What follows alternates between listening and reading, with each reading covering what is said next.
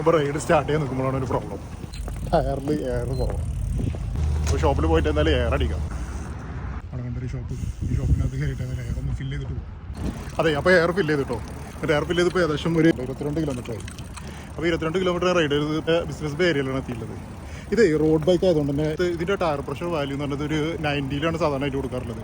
പക്ഷേ എല്ലാ സൈക്കിളിലും അങ്ങനെ ആവണമെന്നില്ല. പല സൈക്കിളിലും ഇത് ടയറിൻ്റെ സൈസിനനുസരിച്ചും അതുപോലെ സൈക്കിളിൻ്റെ മോഡലിനനുസരിച്ചൊക്കെ ഇതിൻ്റെ ടയർ പ്രഷർ വാല്യൂ വ്യത്യാസം വരാം.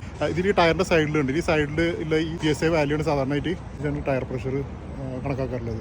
ആ ടയർ പ്രഷർ വാല്യൂക്ക് അനുസരിച്ചാണ് സൈക്കിളിൽ എയർ ഫില്ല് ചെയ്യേണ്ടത്. നിങ്ങൾക്കിപ്പോൾ ടയർ പ്രഷർ വാല്യൂ അറിയില്ല, നിങ്ങൾ സൈക്കിളിൻ്റെ ടയറിൻ്റെ സൈഡിലൊന്നും ആ ഒരു പ്രഷർ വാല്യൂ കൊടുത്തിട്ടില്ല എന്നുണ്ടെങ്കിലും ഞാനൊരു വെബ്സൈറ്റ് കൊടുക്കുന്നുണ്ട്. ആ വെബ്സൈറ്റ് ഞാൻ ഇതിൻ്റെ ഡിസ്ക്രിപ്ഷനകത്ത് കൊടുക്കുന്നുണ്ട്. അതിനകത്ത് നിങ്ങൾ സൈക്കിൾ ഏതാണെന്നുള്ളതും പിന്നെ അതുപോലെ നിങ്ങളെ വെയിറ്റ് എത്രയാണ്, പിന്നെ സൈക്കിളിൻ്റെ വെയിറ്റ് എത്രയാണ്, അതിന് കുറച്ച് ഫില്ല് ചെയ്യാനുള്ള കാര്യങ്ങളുണ്ട്. അതെല്ലാം കൂടെ ഫില്ല് ചെയ്ത് കഴിഞ്ഞാൽ നിങ്ങൾക്ക് കറക്റ്റായിട്ട് ആ സൈക്കിളിൽ എത്ര പ്രഷറിൽ എത്ര PSIയിൽ എയറാണ് ഫില്ല് ചെയ്യേണ്ടതെന്നില്ല കറക്റ്റായിട്ടുള്ള ഡീറ്റെയിൽ കിട്ടും. അപ്പോൾ ഓക്കെ ബൈ, നാളെ കാണാം.